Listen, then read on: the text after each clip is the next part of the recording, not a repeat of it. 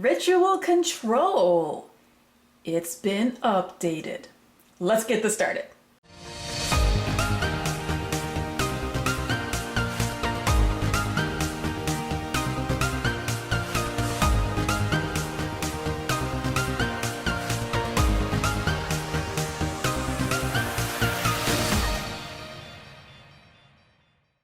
Yes, I finally decided to make some updates to the Ritual Control deck. It is my favorite deck to play with.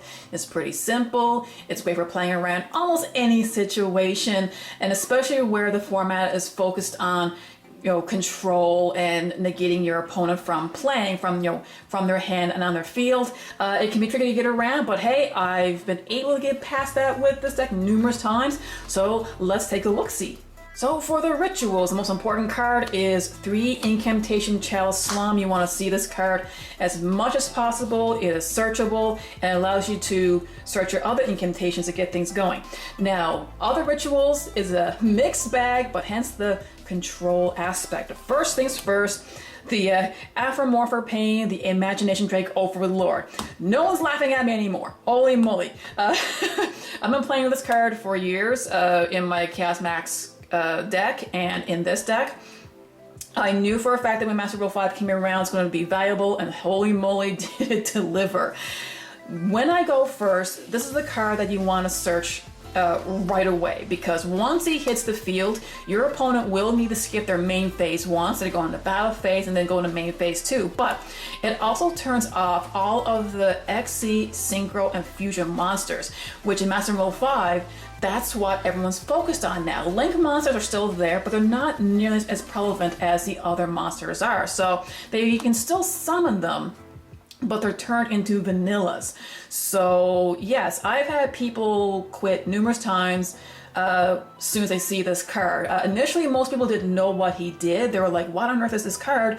But then it's their turn. It's like, hey, where's my main phase 1? And like, why isn't my Dragoon doing anything, right? And yes, the Dragoon is strong on attack power, but because it's main phase 2, they're not going to be able to attack into you. However, one piece of advice is if you summon him, put him in defense position, because a lot of people are playing Lightning Storm now, and I sometimes forget myself. But yes, try to remember to summon him in defense position, and that way in the main phase 2, if they try Lightning Storm on you, he will be safe. Next, I have 1 Shino Baron Peacock, the good Baron. I used to play with 2 of him. I reduced him to 1 because he's searchable anyway, and once he's in the graveyard, you can recover him and keep using the effect. Once he hits the field, you can bounce 3 of your opponent's monsters back to their hand. It is non-targeting, so sorry Chaos Max duelists and Dragoon duelists, if it's on the field, and especially with him on the field with Dragoon being turned off, you are able to say, bye-bye Dragoon, and gone back to the extra deck he goes. It is a spirit monster, so at the end of your end phase, he will return to your hand. So of course, that's what these handy-dandy Shino Bird tokens are for. I made these myself. So they're the actual values, win, 1500, sort of thing.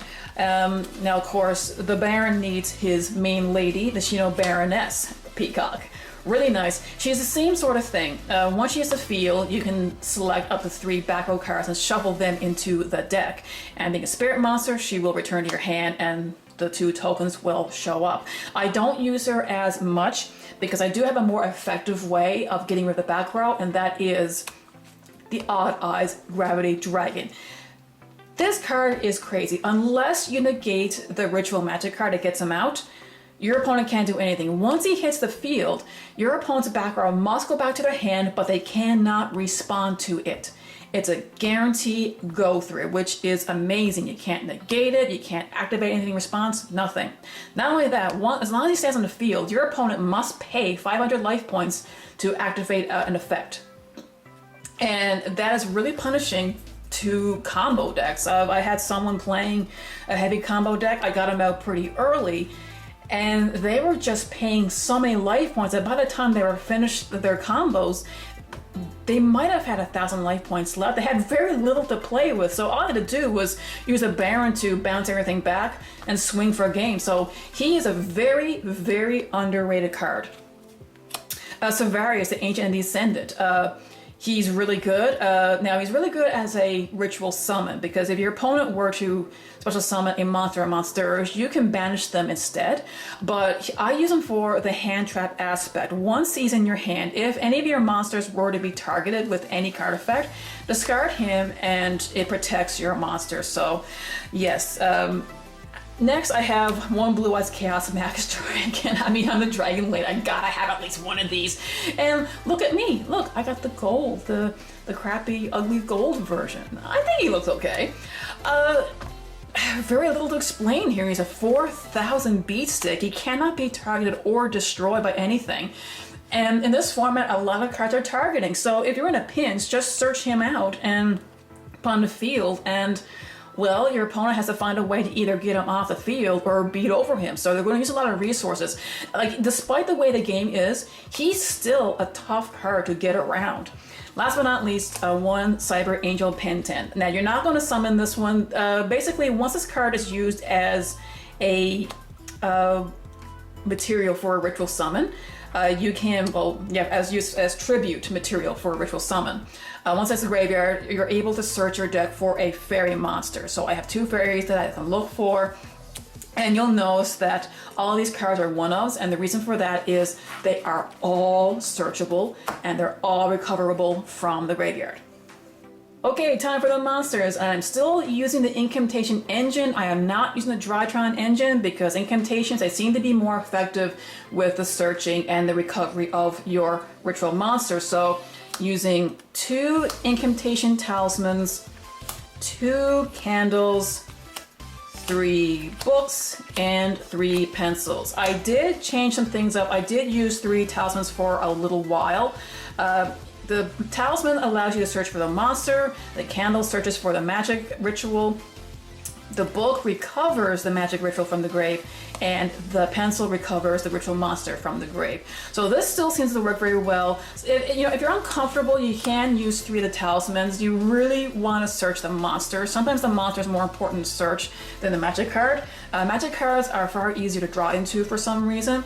If you feel it's the opposite, you can try adding an extra candle. There's nothing wrong with using 3 of all of each, but where most of your magic cards and your ritual monsters are going to end up in the grave at some point anyway, having a way to recover them is more important sometimes than getting them out to begin with. 3 Zaborg, the Mega Monarch. When this card goes off, holy hell, is it good. The unfortunate thing with this card, it is a hard draw, so you need to draw into it. You can't search for this card, but it's really good. He's easy to get out because you're using your incantation, so there's special summons, so you'll be able to tribute summon to get him out.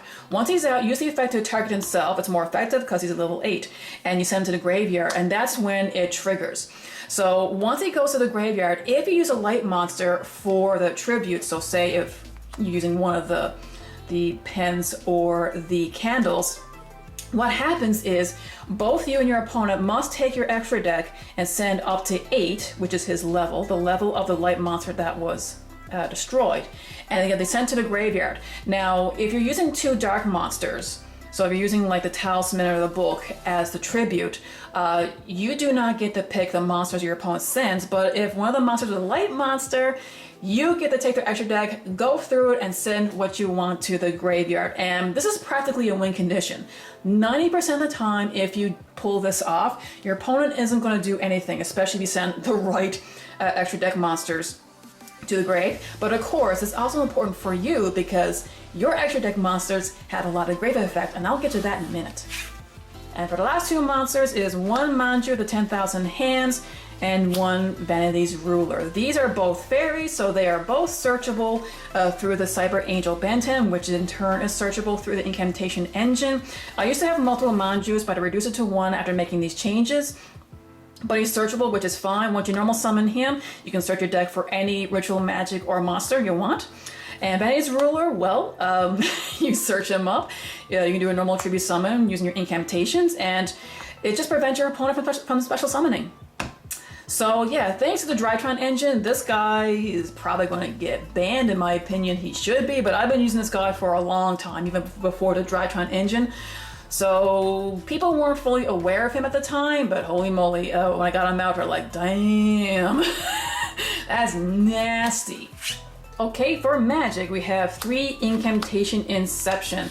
The best card. You want this in your hand as quickly as possible. It is searchable. This allows you to ritual summon any ritual monster, but you gotta use incantations as the tribute materials. And the best thing about it is the levels can equal or exceed, which is extremely important. So, yep. Next is Preparation of Rites. This allows you to search for any level 7 or lower ritual monster from your deck to your hand, which is quite a few of them. And if you happen to have a ritual magic card in the grave, it allows you to recover it from the grave. So really good for, all the recovery plays. 2, Shinobird's Calling. This allows you to ritual summon your Baron or Baroness with levels that, tribute materials levels that equal or exceed. Again, it's extremely important. And the reason why this card's important as well is due to the fact that you can use any 2, you don't just have to use the incantations. You're not limited to that. So hence why, if you were able to search up your Cyber Angel Benten, you can use the Benten as one of the tribute materials. Then you can search your fairy monster. You can get your Vanity's Ruler, and bam, you can lock them out. So now to search these cards, you can use Preparation of Rites. This card has saved me numerous times. Sometimes I had incantations without a monster or a magic card, which is bizarre and weird, but hey, you activate this, it allows you to search both one of the Peacocks and their Shinobird's Calling card, and there you go, your incantation engine goes live. And of course, for draw power, we have 3 Pot of Extravagance, because hey, you're not going to be summoning anything from your extra deck. Your extra deck is only really useful for the Zaborg play. And for traps, I have 3 Drytron Meteor Shower. The best thing about this card is you don't need Drytrons to use it. All you have to do is when you control a ritual monster, this card is locked. So when your opponent were to normal or special summon a monster while you control any ritual monster, flip this up and you can negate that summon and you shovel that monster into the deck. So yes, that just adds more to the control aspect of this deck, and it's really handy because sometimes that one normal summon or that one special summon can make the difference. So if you have any ritual monsters on the field and your opponent were to go through the extra deck, if they get a key monster from the extra deck, you can just flip this up. It is negated, shuffled back, and if they want to try to get that monster out again, they have to use more resources. So yes, this card is better than what it seems, but if you don't like it, you can just take it out and replace it with something else. Okay, the extra deck. You're not going to be summoning anything from it. Well, you kind of can't do the incantations, but it doesn't mean you can't use it. This is what the Zaborg and Mega Monarch is for. Now, 3 Elder Entity Natis, self-explanatory. Once this hits the graveyard, you can destroy one of your opponent's cards. It could be a monster or a back row card. 3 Herald of the Arc Light. If this hits the graveyard, you're able to search your deck for a ritual monster or a magic card. 3 Fossil Warrior Skull Knights. Now, when this hits the graveyard, once per turn, you can banish this card from your grave, and you can target one of your opponent's cards, and you can destroy it. Well, I'm sorry, monster. So it's not good for the back row. But hey, if you got a problematic monster you can't get rid of, you can use this to get rid of it. Once per turn, so you can't just banish all 3 of them the same turn and get rid of it. 3 Wind Pegasus at an Ixter. This card is highly overlooked. Basically what this card does is once it's in your graveyard, if your opponent were to target any of your monsters with anything, like to destroy it or use an effect against it, as long as it's targeted, what you can do, you can take this card, banish it, and you can shuffle one of their monsters back into the deck. So yes, this is no one really expects this card. I think, oh, you're sending this to the grave via Zaborg, okay. They're not sure why. They probably figure it's a placeholder monster, but no. You just gotta remember it's in your grave. Otherwise, it's not going to work. And to top it off, the Nightmare package. Only reason why I have this is because on occasion people try to use the Rose Garden effect on me.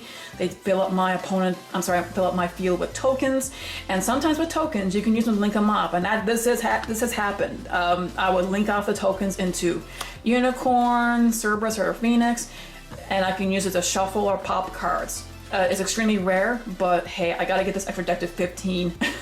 And that, my dragons, is my updated version of the Ritual Control deck. Still one of my favorite decks to play. Easy, effective, and is not super combo heavy. So if you're the kind of person who's new to the game or getting back into the game, give this deck a try. It's not that bad at all. So anyway, what do you think? Let me know in the comments below. And as always, remember to be a good sport, play the game, not the fame. Bye.